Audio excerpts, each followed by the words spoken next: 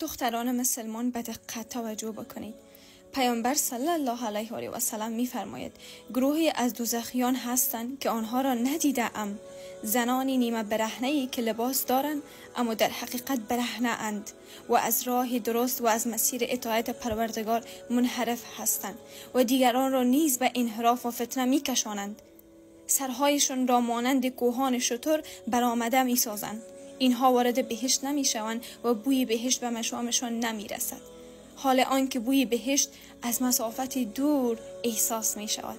این حدیث صحیح می باشد. وای بر خواهرانی که فقط حجاب را به این که تار مویشان معلوم نشه می دانند ولی در کل حجاب نمی باشه و فقط به خاطر جلوه و نمایش و استایل بر مردم این کار را انجام می دهند که این خود یک فتنه می باشد. اگر تا حال این را نمی دانستین خواهران عزیز، بعد از این کوشش کنین که حجابتان را مطابق شریعت اسلامی داشته باشین و از ایجاد فتنه جلوگیری بکنین. جزاک الله خیرا.